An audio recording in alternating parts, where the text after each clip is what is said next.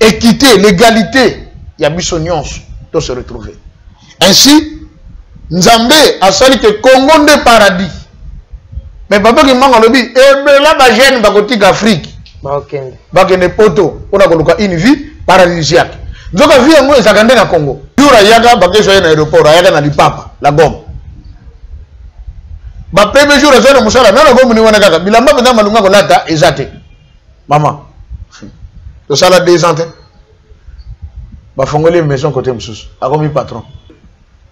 Même ba china so PC au premier visa. Allez là. Asali émission de komoko mwasi. Allo baninga. Mundele. Aou beta lingala na ndenge moko bi mais on est ensemble, on a déjà professeur et pas na bangote. Et puis elle est capable de devenir millionnaire, la dame là. So ka lebika ka afuko école ya kotangisa lingala na bandeko na mindele awa mutambo. Donc yesu ko ba ko mbima parce que ba bite ndeko na bango ya di sérieux, ya ceci, ba ko ya belé.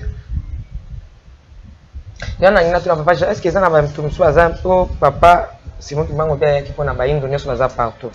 Est-ce que ça oyebi kiza na ba mindele mais baza ba noir. Mais j'ai trouvé cette réponse, mon tapé sa réponse papa qui sont loqués. Alors dans cette église il n'y aura pas beaucoup de blancs. Robango. Tant balobaki que il est condamné à mort le 3 octobre dans Banzango. Koufa papa Simon Kimbango c'était prévu à tirer Ekulusu. Ekulusu basala kango. Ah, ezanan. Ah, bon, comme yo zana besoin parce que zanan que le tourne mwana na ngai akoyebisa yo. Satan tout yo zaka na mwana awa. Abi oui zana mwana, la grâce que j'ai eu hein, j'ai été amené dans les cieux par papa Daniel. Le ciel c'est composé de sphères. Et zana ba ange no mususu ba mona ka jamais nzambe ndenga vande na trône. Bazana côté na bango bavandaka. Nakuta bana mikio bakufa ka wana ba avorto ou bien balongola ki tout ça. Bazana de kono batangisa ka bango.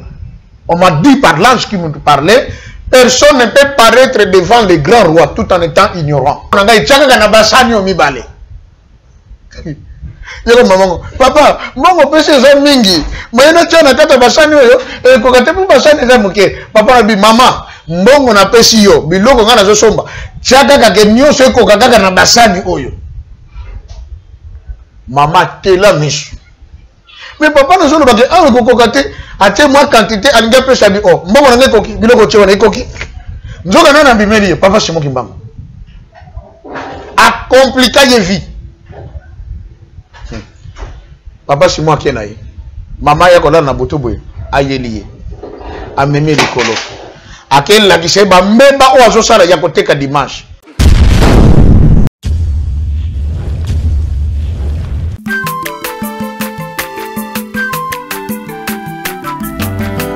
Mwana moto te po akosangai abongwa ni pete po awangana Nzambe ya le Nazarien le Nazarien le Nazarien le Nazarien bana kitoko koma mukondima atako babakola ki mafuta na musakolima lelo ya yobolingo bateli le Nazarien Pamboli oye mona na katempeni mama kandelobi Kolabye mapapu masope mafuta Toko kesitana longo na nzambe oyo babenga na makomi Jésus.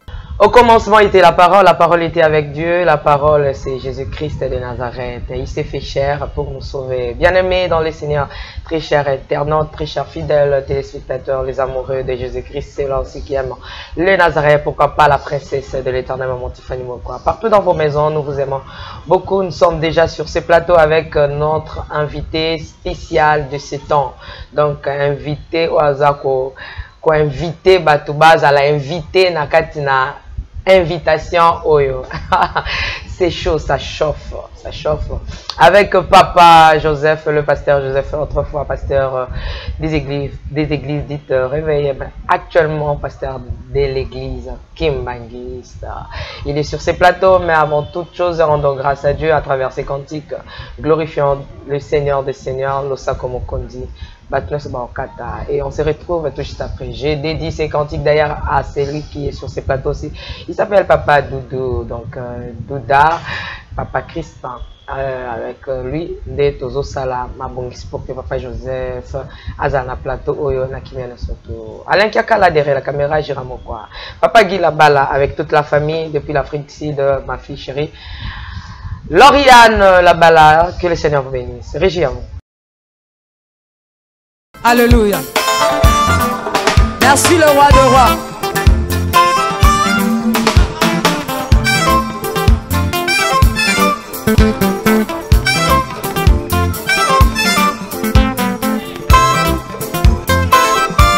Alléluia.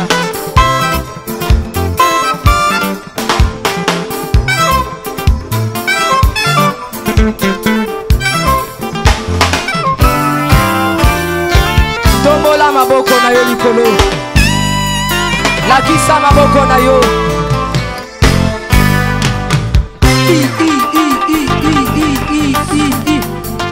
Sakat.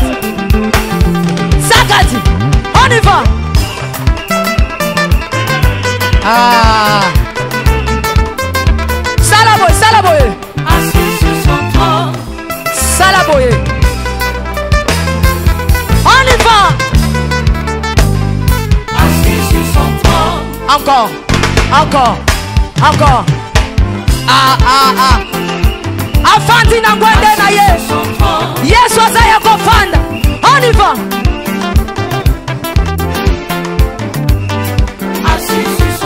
Afandi, Afandi, Afandi, Afandi.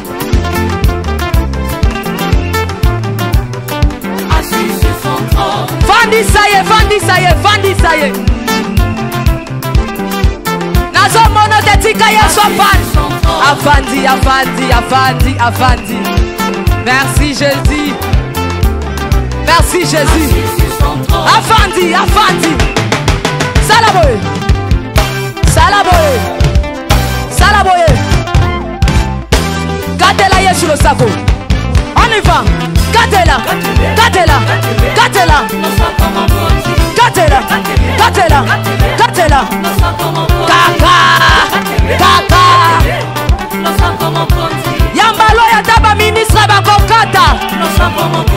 Nazolo bakatela yelo sako. Gatela yelo sako. Gatela. Gatela. Gatela. Nazo monote. Nazo monote. Nazo monote. Nazo monote. Salango boye. Dose, dose, dose, dose, dose. Tolobi à tout. Yoka. Merci. Tolobi boye. Yambaloyo. Adaba ministre bakokata. Adaba généraux bakosala nini? Adaba ministre bakosala nini? Adaba président. On y va.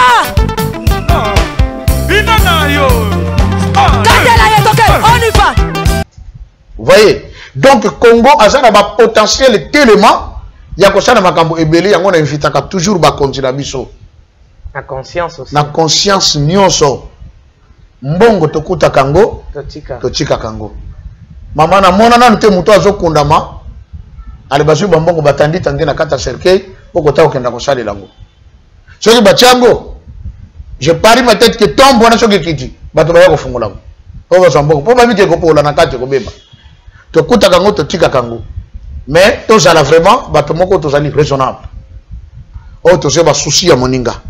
Biloko nyonso nzamba pesa biso ezali pona bien ya yo, ya ngai, ya papa Doudou, ya tout le monde. Équité, légalité, ya biso nyonso to se retrouver. Ainsi Nzambe asali que Congo nde paradis.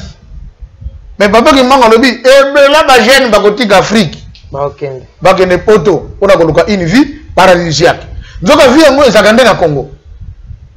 Omone loko moko le kaka ipana biso ya matifan.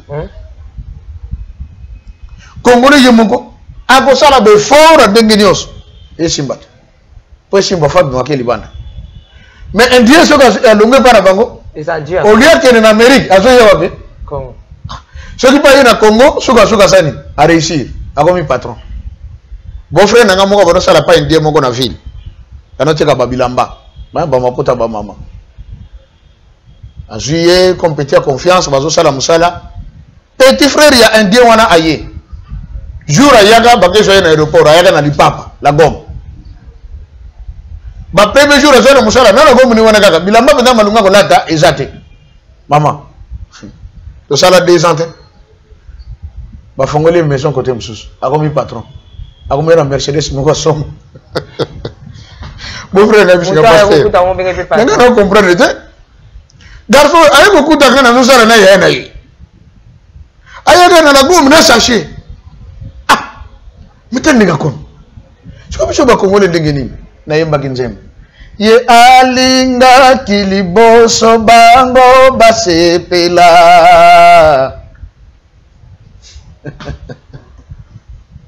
Tata ki mango alingi bango na no basepela. Bayo kana bisengo paradis yango na mwandam. Belge moko na ville. Ono sala bangi na société na bango eteka ba mituka. Tango l'ex-premier ministre Matata Ponyo alobi camion so eza déjà à plus de 10 ans moye kota somboka ezate. Société na bango sala ki mo faillite. Bon, fallait ba kanga bazongo. Na mona beta mundela olela. Même bah chinois sont PC au premier visa. Allez là. Azolela, mais qu'est-ce que je vais aller faire là? Il n'y a plus rien là-bas, la vie c'est ici, mais il faut qu'on change quand même de conditions. Et ça n'a pas mawa. Omoni, moi mawa. Et puis bisoba congolais pe. En tout cas, tu fais la mise. Et puis que l'objet natali de la biso moko boye. Bon, bolim c'est ça encore plus papa Bobo, c'est un pasteur hein. Le pasteur de Bobo en Belgique. Asali émission de moko moi si. Allo baninga. Mundele. Au beta lingala na ndenge moko bi. Mais on est ensemble, on a déjà professeur et pas na bangote. Et puis elle est capable de devenir millionnaire la dame là. Je vois le but à fougola école à boutang salingana na badeko na mindele. Awa mutambo. Donc, il y a ce qu'on dit parce que ma vie est ndeko na bango, il y a du sérieux, il y a ceci, bango il y a belé. Il y en a une autre papa, est-ce que ça n'a pas tout soit papa Simon qui bango bien qui font na ba indonien sur la partout. Est-ce que ça oyebi que ça na ba mindele mais baza ba noir. Oui. Les blancs na peau kaka. Le 4 na bango. Bazali. Bah noir. Est-ce que papa Simon qui bango tcha bango na même l'eau na biso. Oui, mais bien sûr maman. Que dit la Bible? À celui qui l'a reçu, qui a écrit en son nom, Dieu lui donne le pouvoir de devenir qui? Enfant de Dieu. Donc celui qui croit au Père, s'il croit au Fils, ça revient au même. So conditions zaneti ndenge ni ya mindelo ba linga bakoma. Bakota na lo neti ya ba noir, ba ba sepeli ya sepela monke ko sepeli ko moya na suka. Na lo. Parce que bikeza na ba blanc bazo ko na ba parlement wana bazo le la pona ba africain. Oui, bien sûr. Bazali est belé. Parce que c'est le temps. C'est le temps. Esprit ensemble peut côté 4 na bango. Omoni, nana preuve na l'action ka keloko moko maman Tiffany. Qu'est-ce qu'il fait? Parce que question de comment on a kinga. Pourquoi l'église Kimbangi simindele bazai belete? Hein? Baza penda mingite, baza quelques cas. Mais j'ai trouvé cette réponse, mon tapé sa réponse papa qui sont local. Alors dans cette église, il n'y aura pas beaucoup de blancs. Parce que bango ba supporta ka mibeko belete. Bango trouver bino mibeko za tellement belé. Abi mundela lingaka ne liberté. D'ailleurs France walobi égalité, fraternité, liberté. Omoni. Abi mundela lingaka liberté. Or biso owa eloko zo prôner zanini mibeko. Tellement mibeko abi pour ce ça on a côté pas na bino mais mibeko eleki mingi. Nda exhorta ki bandimi Europe alobi yango soki bino bokozala bato makasta ko tosa ba mibeko wana. Alors beaucoup comme lokola objet de scandale pour na mindelo bakoluka ba yame baso banga mibeko mais bino moko boso to sangote. Abi bana boto saka mibeko. Siko ba on peut bazana bango pour biso bazali o ba bandi koloba. Mais c'est pas normal. Le président Chirac alobaka. Abi nous avons exploité l'Afrique pendant 4 siècles. C'est le temps maintenant de leur rendre leur liberté. Bango peut pas se développer basana na ndenge na bango. Alobaka. Omoni. Donc Bazapena Elawana, et je sais, ce n'est pas enfin qu'ils le disent. Et puis, quand la paix baïne, normalement, badé n'a pas le doté. Au lieu de temps papa Simon Kimbangu bakangaka, il y avait d'autres blancs bazaka contre. OK. Bazaka belé. Mobé Tchangote. On a bango. Tant balobaki que il est condamné à mort le 3 octobre dans Banzangongo. Koufa papa Simon Kimbangu c'était prévu ba tiene Ekulusu. Ekulusu basala kango. En bois noir. Bakati nzete basali Ekulusu. Batia papa Simon. Tant que vous papa Simon tali amoni Ekulusu habité, nana ko kufa le Ekulusu te. Kwa kufa ki wana mwana Yesu ngai kuna te. Mundele ngaki a insisté tant que babende boye croix ekwele na lokolo abukani. Ba bien comme boye et simbate. Bazupe mokano ke comme ça condamné à mort, soit ba assassiné akufa. Rapport ne combat tinero. Na Angleterre ba mindeli muso ba vanda na parlement ba serka contre. Na kata Belgique, certains membres au bazaki ba belge, bazaki pe contre décision na. Le roi a dit qu'on revoir décision au lieu de la condamnation à mort, bah le but qu'il fasse une prison à perpétuité. Pourquoi papa Simon fallait qu'on révise le procès parce que bah déclarer qu'il est prisonnier à vie. Or il a fallu que position on est cause à la prisonnier à vie. Et si là, Azala vraiment une personne libre de corps, d'âme et d'esprit. Et pessier accès maintenant, il y a un peu. Mais comment on va déclarer qu'il est prisonnier en vie, mais bah il est en prison. Bah bimisa yete. Disons bah zoboma, bah bomier pourquoi? Parce qu'il fallait qu'il ait en prison chaque fois. Ah bah boma payete. Papa Simon est sorti de la prison lui-même le 4 octobre 1951. Parce que je sais, je connais l'histoire au Bétaki. Parce que quand tu es là, il va tenter toujours Baboma. Baboma, oui. On va déclarer qu'il est à vie, mais tu es là, acide. Acide. Mais chancete. On va condamner qu'il a vie, mais pourquoi Bazoko le percer, il va t'indiquer vers lui. Et ça dit Satan sous la carte Nabango. Parce que la présence de Papa Simon Kimbangu dérange le diable Satan. On a na likolo. Tant que yoka no Satan va boire na mokili. Bon, moi parenthèse, hein. Tout le un peu pour va comprendre. Oye bani on dit quoi? Ceux qui Satan va boire na mokili parce que ça qui orgueil. Mais pour moutas manifester orgueil. Faut causer ça là non? Sans cause que moutas comme orgueil par rapport à quoi? Et mingi bato ba comme ba orgueil, so ba bika comme une position moko boy. Sans aucune position sociale, c'est difficile de manifester l'orgueil. On va manifester à quoi? Au moins, parce que il devient orgueilleux. Ayoge la somme tout. Moutoumsous parce que Tanga Ming a un diplôme, et ça la combo. Ayoge la somme tout. Orgueilleux. Moutoumsous parce que ça la tellement sport à sa maître. Ok, c'est pareil. Satan Azalaki, la gardienne du trône de Dieu. En même temps, Mokonzi a tout ce qu'il y avait comme musique dans le ciel. Yende Mokonzi. Maintenant, on a un Nzambe, il y a un Elo. Alors, Satan a dit que tout a Eloi. Ah, Namoni a on a dit na organisation de Makamonioso. C'est qu'après yo izanga le positionnement. Nzambe tata le binete après yo après nga isa yote. Ah, ezanan. Ah, bon, comme yo zana besoin ba so ezanan que le tourne mwana na ngai akoyibisa yo. Satan tout yo zanga na mwana awa. Ai biwi na zana mwana, la grâce que j'ai eu, hein, j'ai été amené dans les cieux par papa d'Andiena. Le ciel c'est composé de sphères.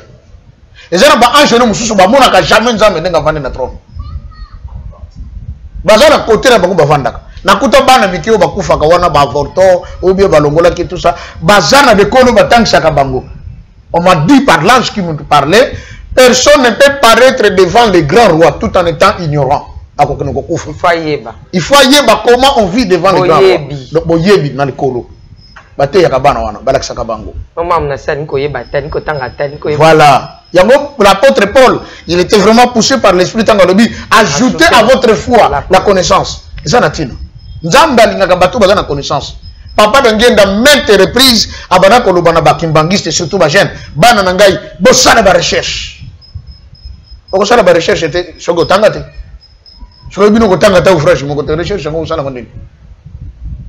On a la recherche au tangi, on a la connaissance. Ainsi, tu vas. Et tu vas, pardon, et tu découvres. Yango, Christ Alobagi, celui qui cherche. Ok. Même à l'Apocalypse, vu qu'il est assis au trône, à Simbini, ouvrage. Voilà. Livre. Livre. Nzambe avani na wende osana na livre ye binyos. OK. C'est que ba beti livre ala pe ba so Baso. kaza na kosa ya Ya boyeba wo za kona na kati. Boyebi. Comment dire maman Tiffany? Voilà. C'est ça donc moi j'étais au commission moi. Quand on a na so zana foye ba ka fotana. Mikolo na ba na Babylone na papa Jésus a fait signe ba livre noko wana. Donc, nini, bah, histoire à Jésus, dans son enfance, voilà. Donc, boutou, moi, ok. On découvrir le belé, et on fungolo en tant que Moussa Nzambe. Ok. Donc, Satan tant que, vous avez un moine, vous avez un moine pour nous. Mais non, il s'en était, avec un moine. Le diable est allé demander au Christ. On a vu que tu connais pas tata, le tout ça. N'a pas na yo bon préoccupation na zanango ngana bonota la lola ngondenge ezali na kanisa ke après yeza kanga ma yebi kuna yo kutuna yo siko donc après ye na comprendre que ça yo donc si mana yo ezanga Christ a venu souter makambo kutuna wana et difficile ngana ko répondre te faut que notuna molimo santo donc tragédie molimo santo zaragawa ah oui vous savez où se trouve le trône du Saint-Esprit au-dessus des eaux. Bible est clair. Mais non, la Bible, papa, oui, on a pour ça que la prophétie, mais on a la prophétie qui est kaka. Prophétie to ko Bible le Bible. Hein, je l'ai dans la Bible, je dois la Genèse. Au commencement. Oui, Dieu créa les cieux et la terre. Les cieux et la terre. Et l'esprit de Dieu se mouvait mais Isaac au commencement, pas maintenant. Mais je dis bien au commencement. Vous savez quoi? Au commencement, à partir de Yawapi, papa Joseph. Et quand on a parti la potis que tu as au commencement, est-ce qu'au commencement, qui après création, parce que lorsque nous avons commis qu'on crée, à Tépé Jardin d'Éden, mais est-ce que c'est au commencement? C'est au commencement. Donc, lorsque l'ennemi, donc lorsque Lucifer a tout Nanza, mais tout ça qui n'a pas commencé. Tout ça dans le commencement. Donc, le trône du Saint-Esprit est sur les eaux. Sur les eaux. Ok, d'accord. Et Satan a envié qui est ici Kawana. Au-dessus des eaux. Oui, oui. Il y a à côté ça le monde de Namai. Envié qui place à père, to place ya. Aïe qu'on envié place à Saint-Esprit pour mon akango yango les gars qui toko. Et vous savez, et nous kana yango sali là. Et nous Satan kana yango sali là. Akeno fana na mai. Akeno na mai. Monde makasi ya Satan, ils en akata mai. Yango même le monde cosmique. Mais on va qui monde eleki. Oui. Monde nyonso to ya monde. C'est le monde des eaux. Donc, à Tolbanin, à qui qu'on remplacer Saint-Esprit pour Saint-Esprit à sur la main, oui, bien sûr. Sur Saint-Esprit, tu es comme moi. Quand tu as moto, exact, quand tu as moto, symbolique nango ou symbolisme nango, nous avons le temple de Kamba sur la terre. Ah, papa, tu as ta magamuso et Kamba. Quand tu as dit que Isaïe chapitre 19, ça dit déjà que trône naïe et goya posala wapi au milieu du pays de l'Égypte. Au milieu de l'Afrique. Et non que par le bagi, tant qu'on zamba koya ko kitana mokili, on a ko vendre sa trône naie avant de l'ongona batu naie, oh ya kela, et que ça la ngomba, et que ça au centre de la terre. Et puis ngomba ngo, et que ça l'entourer de deux autres. On appelle ça le livre, Tanga livre de Enoch chapitre 23, au centre de la terre. Or, RDC yango est au centre du monde. C'est comme Kambango et Zagana secteur, moko babenga Ntimansi. Ntimansi la gisi terre yamboka. Il n'y a rien de gratuit dans Makambo. Alors maintenant, Satan on peut que tout na sous accueilli. Non, bah c'est que Kunabi rien. N'a aucun été.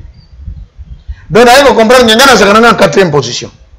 Mais je vais vous informer une chose qui est scandaleuse. Vous voyez que Satan c'est un nombre définitif. C'est-à-dire Satan Ndamba bonzambe ezakana kati na ye. Même taninga Satan. Oui, la preuve. Tango dans Eve balembo manzamba lobi. Maintenant que l'homme est devenu comme l'un d'entre nous, empêchons-le. L'homme est devenu comme l'un d'entre nous. A comme le ko la moko ya biso. To kanga. To kanga sinon, soka leka l'arbre de la vie, c'est fini, tu as raté mutu. Or quand l'homme est devenu comme l'un d'entre les dieux, c'est Satan. L'homme est devenu comme Satan pour la connaissance du bien et du mal. Et puis esprit à Satan et vend ce qu'on a moutou. C'est comme ça que Dieu a retiré son esprit dans l'homme. Pour te récupérer vos ressources, il faut croire en Christ. Ainsi vous êtes baptisé de l'esprit. Au moins, procédure. Tant que vous n'avez pas crié en Christ, vous n'êtes pas baptisé de l'esprit de Dieu. Vous êtes toujours homme animal. Papa, dans un peu que papa gère le camo et moi trouble dans mon tout. Le Saint-Esprit se mouve au-dessus des eaux. Ok. Hier soyez arrive à Nicodème, hein, faisons un obota mbalami. Mbalami balé. Parce que pour nous nous sur l'esprit en jambe. Ah. Au moins secret. Arrive c'est faux na mai. So ko koti kuna te ko sangote. Pour wana non pe Yesu habite que na keye pas tata na aussi de la c'est que le Saint-Esprit toujours trône na wana. Il était là. Il moko kono Yesu po banda musala fo yana na mai. Ah. Au moins pas secret. Ah encore. Magama ko bano de sabato na ba conférence quand j'étais encore trop évangélique. Au moins et vous verrez tant que na mai. C'est le Saint-Esprit qui descend. Celui-ci est mon fils. Tant que na mai. Ok. Mais là on tient ngomba. Ok. Satan takendeki. Satan takendeki. Oui, mais tant que na mai, muli mo santo aye. Parce que c'est si ya muli mo santo. Le trône du Saint-Esprit c'est l'eau. Na bisa que le trône na yeta ngabandi ko kela mokili awa na se ezaki na katanga. Joseph nga makambo yo tika ke to peta to zonga na to zonga. To zonga to ke na makambo nga la linga parole to ko keni. Te webini mutu mo bande ko pas mutu mo bande ko babenga kinga. Wabi pasteur et loko to zo sepela. Non seulement vous parlez de papa Simon, mais quand vous kota likamba Bible, vous fungola makambo ko non to yokate. Je vous avais dit, pour connaître la Bible, vous devez avoir l'Esprit de Dieu. Christ n'a jamais yekoli, mais vous devez comprendre l'écriture. Dans Luc 24, tant il souffle sur eux. La Bible dit, après avoir soufflé, il reçut l'Esprit Saint pour comprendre le sens des Écritures. Donc, il y a un côté na mai. Obimi, il faut oser la baptiser de l'Esprit de Dieu. Il y a un Paul azotu na bato na bino bo bozo bateme mais bozo pe ya mai ya molimo oh mais quel genre baptême bino besoin dans on dit la mai faut que tu en aies esprit. OK papa pardon ya mwana na nkamba soko OK boso na papa si la mission kitakuna na keno kusindo na mai. Il y a une église qui m'a dit que c'est un jour, tout ça, une journée à délivrance. Non, ça n'existe pas. On n'a pas de problème, mais quand on a bobo tout. On va dire, au soleil, on a eu si qui était dans maïs, on côté bibi, pourquoi on a côté dans mon sang, c'est fini. Tant que bibi, on y est sur un kindong, on peut ça y est sali que non, tout est déjà fait. Na outi qu'on a déjà un mystère des eaux. Ok. Ma bombe m'a mis dans maïs. Ya omoni mingi bato basala même ba magie mwa bonganga alinga pesa ba mwana mai même banda ba ngombo ka pembe na mai eza ba mangombo zaka ya mwa fond wana bazalaka pembe na ba mai parce que kuna na mai siko ezalaka nini présence ya Nzambe mais soki kuna dans les fins fonds c'est la présence du diable dans empire ne mobile. Papa pardon tozonga na makambo eza. Gloire soit rendue à notre Dieu. Beaucoup de jeunes quitteront l'Afrique dans l'espoir d'aller découvrir les paradis catholiques. Alors, la 12e partie, on a bien dit le 12e verset. Il faudra une longue période pour que l'homme noir acquiert sa maturité spirituelle. Celle-ci lui permettra d'acquérir son indépendance matérielle. Alors, s'accomplira la 3e étape. Longue période, on va traverser, maman. De traverser longue période en gros depuis 1921. On était que dans la traversée de la longue période au fond même abisso na maturité spirituelle. Et nous atteindre maturité spirituelle on a totalement. Pourquoi? Parce que jusqu'à aujourd'hui nous indépendance spirituelle était. Donc tant que soit l'indépendance spirituelle, c'est la totalité de la maturité spirituelle aussi à nous. Et na bloba ki awa. Oh, même le terme indépendance spirituelle, na kata lingomba na biso, mingi pe bazo comprendre ngo bien. C'est la vérité. Tant que nous l'indépendance politique, qu'est-ce qui s'est passé? C'est qu'avant Tozongo, nous dépendions de certaines personnes. En l'occurrence, Panabiso, on dépendait des Belges. Bangonde, Bazo Sala, Oye Biso, faut te jouir Nango. Bangonde, Bagotongue, la Biso Bécole, Obiso Totanka. Bangonde, Bagotongue, la Biso Bopito, Poto Zabaso Médico. Bangonde, Bazo gouverner, dans ma camonioso. Mais tant que nous avons indépendance, c'est que les Belges sont partis. Oh, yé moko tata Simon Kimbango lobaki to tanga ki non. Ba fonction on bazo ko assumer. Biso moko nde to ko assumer yango. Ba kei. L'indépendance spirituelle veut aussi dire que viendra un moment où toutes les autres religions étrangères et yaki na mboka na biso, il faut que des zonga côté uta. To côté ka la seconde la religion authentique oyo ya biso. Ozo répondre à ba aspiration na biso. Na vision na biso na appel na biso tozo epa ya nzambo akela biso asala biso son peuple tango religion na ye wana evandi ndete komi réellement indépendant spirituellement. OK. Tozo dépendre sur cette na religion oyo ordre ezo uta na poto. Tozo dépendre sur cette na religion oyo ordre ko sala likambo fo uta na Arabie Saoudite. Ni encore na Asie. Mais tu dépend de la religion ou que décision c'est ça l'indépendance spirituelle. Parce que papa, indépendance spirituelle, c'est pas ça. On comprend mal les choses. Sinon, risque ça. Tout le monde a pêché d'accès. Pour te comprendre ce qu'on a sur le bas. Bande coming na lingomba, bon, mais qu'on prête attention. Tant que tu en 2018, les gens pensaient que musée au Fungwama. Le diable introduit un mouvement au sein de l'église kimbanguiste. Qu'est-ce qu'il passe ce moment? Batubano prophétiser l'église kimbanguiste. À ma paroisse. Mpeve moyen zate. Oko côté kuna tamba bandika ka soirée spirituelle batono biko na bazoka ngabando ki bazoto nini indépendance spirituelle. Tout comme période de indépendance spirituelle. Oh, na wono sheka. Papa Joseph Dengenda kunti makiangani akomi na Mbanzangungu. Akuti kuna ba pied gauche oto baba survient en fait na bangolelo. Benda bika ba papa dudu da bazali wa témoin. Nini oh to comme na période ya indépendance spirituelle mbeve zo sala. Papa Dengenda lobi molimo oyo ezali ya ngaite na yebi yango te. Biso to so la mise efungama bongo sima nango. Allez, bino no soboka ngaminoko. Nie. Tilelo. Là c'est mon goulen nga kota. Ah mais oui. L'ennemi ne vient que pour dérober, égorger, détruire. Et détruire. Allez, on va détruire. Dans la boue, Colombiloko, Aloni Biloni na Boutou. Ok. Aïe, semer ivré. Je crois que c'est ça l'indépendance spirituelle, parler en langue et prophétiser. Non, c'est pas ça. L'indépendance spirituelle veut dire qu'on ne dépend plus d'aucune religion étrangère. Et on dit que déjà l'indépendance spirituelle, il faut avancer. En l'occurrence, les Chinois sont en indépendance spirituelle. Okay. Comprenez? Parce que la religion d'État en Chine, c'est le bouddhisme. Les autorités et tout le monde, basé dans le bouddhisme. Le principe où ils ont la politique na bango, c'est le bouddhisme. Ceux qui ont dans les pays arabes, la religion d'État, c'est l'islam. Roi, tant que ils ont prêté serment, le monde de Coran.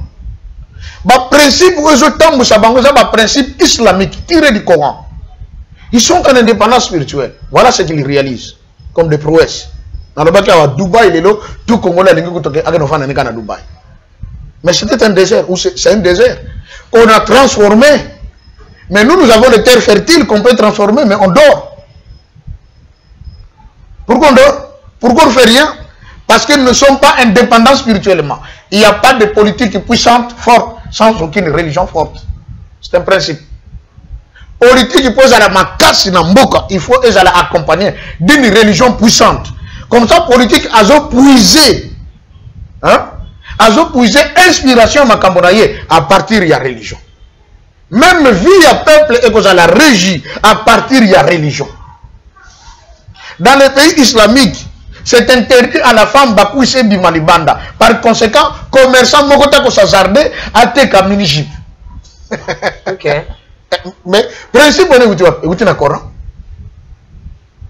Que moi, c'est ce qu'Allah dit, il faut de la tête jusqu'aux pieds, Azara bien protégé. Tiré du Coran, et cela fait la loi du pays. Vous voyez, non? Dans leur loi, tiré du Coran, ils ont formé vie na bango. C'est toute une civilisation. Par conséquent, on dit ce que ça à Dubaï, les vendredis, au là. Au place de son bélo que ça. On te met sur ça qui tape. La ilaha illallah, la ilaha. Omoni. Est-ce que maman lobi peut pas Joseph toi l'émotion? Quand on a répété, on n'est pas balobaka. Mais que soyez bien le balobaka. Non, on a répété, mais on a répété quand on n'est pas balobaka. Babandé. Merci, c'est juste l'ambiance. Vous comprenez? Voilà. Bah ça on va respecter. Bah qu'on fonde le magasin tateka. Pour et pas na bango vendredi ça dimanche na bango. Mais les lots awa boy biso dimanche. Hein? Tala ba boutique ya kufungama. Na bato bazoka nga biloko na babalabala. C'était que tu na Congo comme ba sacrificateur. Qui église pas qui na akiteka. Or na kimbangiste ou na kimbangisme. Il est strictement interdit de vendre et d'acheter les jours du dimanche. Tout sont bagaté. Autorisation moko kaka ba pesi biso. Ya ko somba kisi ce que muto beli. Et qu'il faut que sombe kisi amela. Voilà les jours qu'on achète, les choses qu'on achète. Maman moko mondimi église kimbangiste. Na kimbantseke. Azalaki nini? Dimanche de koki ya kene ko teka, soka teki malewa na ye. Soka sidi vers 14h 15h alina kiti na ye aye église pour que maté a sili la kiti ntoko ta na France Antinsani, soka sidi fanfare bandi ko beta musique aller défiler. Mokolo moko maman na keteka. Tata moko ye na basani na ye amike mibale. Ay mama na ye so babilo ko kolia. Olingi nini? Na lingi otekela ngai koto madesu, koto fufu, koto boy. Eza combien? Autant. Eza lokola ozoteka buru ya fufu 200 francs. Et que mesurer ta madesu na yo, eza 500. Mais ba pesi yo $100. Et puis tatona lobi $100 na pesi yo biloko na ngai chaka na basani yo mibale. Yego mamango, papa, mbongo pesi eza mingi. Mayena chana kata basani yo, ko katepu basani eza muke. Papa nabi mama mbongo na pesi yo biloko ngana zo somba chaka kake nyoso eko kaka na basani oyo mama tela misu mais papa na zolo bake awe kokoko te atie moi quantité alinga pesa bi o mbongo na ngeko biloko chewa na ekoki nzoka nana bimeli papa simo kimbango a compliquer ye vie papa simo akena ye mama ya kola na boto boye ayeliye amemi likolo akel la kise ba mbemba o azosala ya koteka dimanche maman na loba nkuba o yazoa angelu moko banda ko beta ye qui a commis au point de mourir akende lifelo après papa sema lobi azonga akene ko lobana mokili makambo ya vivre témoignage on est de kakatili parce que qu'on se le dise le vrai sabbat aussi ce n'est pas le dimanche. C'est le samedi. Sabbat où est comment dans la Bible c'est le samedi. Tobo sanate dans le livre il y a Daniel, je crois chapitre 9, on dit quand l'antéchrist viendra, il voudra changer même le temps et les circonstances et c'était fait en 325 dans le concile de Nicée. Ba bomi jour il y a sabbat, ba remplaçant par le dimanche. Or le dimanche c'est le premier jour de la semaine. C'est le jour où Christ a fait quoi? Bango ba pese raison ba bino to longo la kilte na sabbat to chango jour ya dimanche comme Yesu a fait quoi ka mokolo ya dimanche. Or la loi sur le sabbat c'est une loi perpétuelle. Nzamba lo baka teke ndenge daté sabbat viendrait un moment faut changer. Non, on ne pouvait pas changer le sabbat. Ndeto zo mona bande ko na biso ya église ba bengaka les adventistes du 7e jour. Bango ba sambela ka jour à samedi. OK. So aucun système anglo-saxon samedi ba bengaka en anglais weekend. La fin de la semaine. Semaine ici, samedi. Et les Anglais, normalement, au week-end, ils ne travaillent pas. Ils ne vendent pas. Biso Babenyango, dimanche. Dimanche vient du nom Dominus. Ok? Donc, le jour du soleil. Normalement, le jour de dimanche, c'est le jour de la célébration du Dieu soleil, culte égyptien. Ndekota et pas na biso lelo. Mais qu'à cela ne tienne, comme Papa Simon Kimbangu a dit que Kirt est comment le dimanche, pour pérenniser toujours le principe, il y a loi yakala, c'est que le dimanche reste un jour férié. Na makamba koteka na kosomba mais za pona kokumisa nzambe parce que za mokolo nzambe photo bandongo bandatongo tipo kwa kopesa ga lokumu na nzambe yango bato boloba bakimbangiste penza beaucoup qui d'église depuis 8 heures bozo ko songa 20 heures na ndako mais c'est le jour du Seigneur.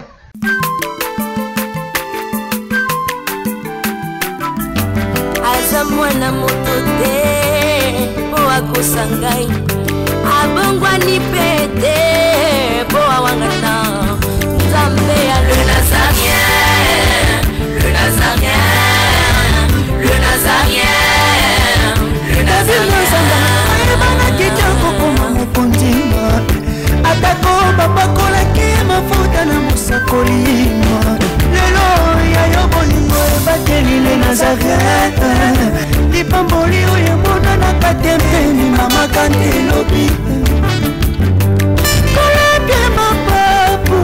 Sope mafuta Toko kesi Tana longo na nzambu Oyo mabenga na makomi